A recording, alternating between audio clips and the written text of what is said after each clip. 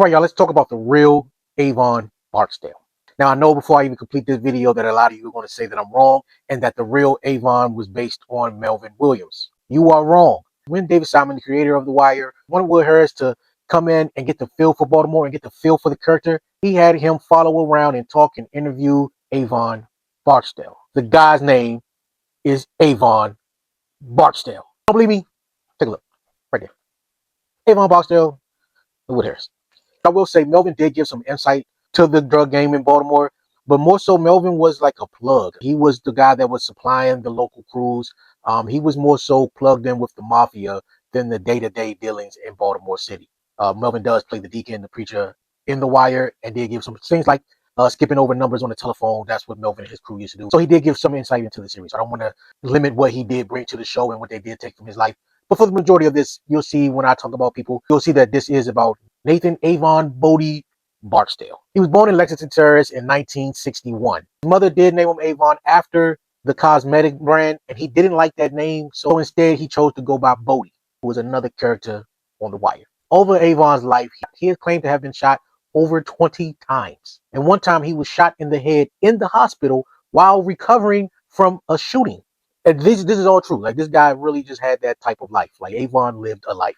Growing up, Avon was a thief. One time he got a little too comfortable being a thief. He broke into a man's truck, stole some items, but instead of leaving, he decided to sit on the truck and eat the man's lunch. The man comes outside, sees Avon in his truck eating his lunch, takes his car, throws it in reverse, slams into a wall, crushing Avon's foot against the wall in the process. Avon's foot had to be amputated, and after several unsuccessful surgeries, Avon's leg ended up being amputated as well. And because of that, he won a huge lawsuit, and that money was then put into a trust for Avon. As a young kid, Avon became a drug runner, a hopper, as you call him, to a drug dealer by the name of Frank Harper. One day, some money came up missing, and it was Avon's crew who they alleged stole the item. So at 12, his crew was allegedly locked in the basement and tortured for hours from Frank Harper's crew.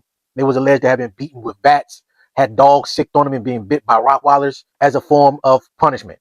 And this tactic that Frank Harper used on his mentee, Avon would soon adapt that too. Avon had a reputation of him and his crew of being ruthless. They would torture people for hours, just like when we saw in the episode on The Wire when Omar's companion was tortured and displayed. Those were things that Avon and his crew would do. They were known for torture.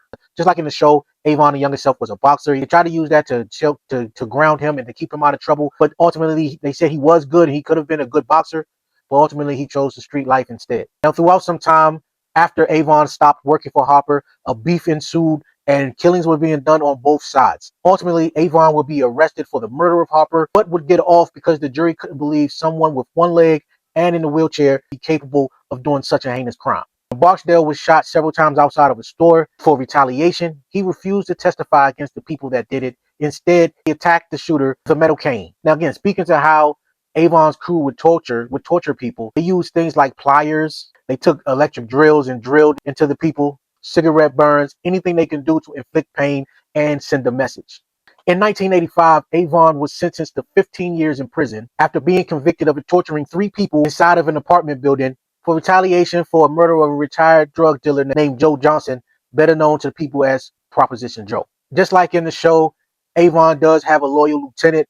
Well, the show, they weren't that much loyal towards the end, but Roland Bell, not Stringer Bell, but Roland Bell, did get prison time and was sentenced to 100 years. Unlike the show, Avon and Marlo Bates, the real Marlo, weren't enemies. They were actually pretty good friends who did business together throughout their time in the game. In 2014, Avon was arrested and pleaded guilty to federal heroin and gun charges. Avon was addicted to heroin and pain pills once he got shot, and after several unsuccessful surgeries, he used heroin to cope with the pain that he never actually healed from. And at one point, he became clean and worked at a nonprofit where he was talking to the youth in the city. So in 2014, when he relapsed and got arrested for drugs, he was already in pretty bad shape at that point. And in fact, Avon never did make it out of prison. He died at the age of 54 in federal prison due to an undisclosed illness. But as far as the show goes, Avon wasn't really compensated from the show. He did sign over his rights. And so he told David Simon, "Don't make Avon a snitch and I won't kill you for stealing my likeness." Avon was never compensated for his time on The Wire, as a lot of people, as they changed their names. I mean, they pretty much used Avon's name and made a second character based on Avon as in Bodie. But y'all let me know what y'all thought about it. Do y'all think that Avon should have been compensated? Do you believe that the show was about Avon and not Melvin Williams, who was a contributor to the show? Let me know in the comments, and I'm out.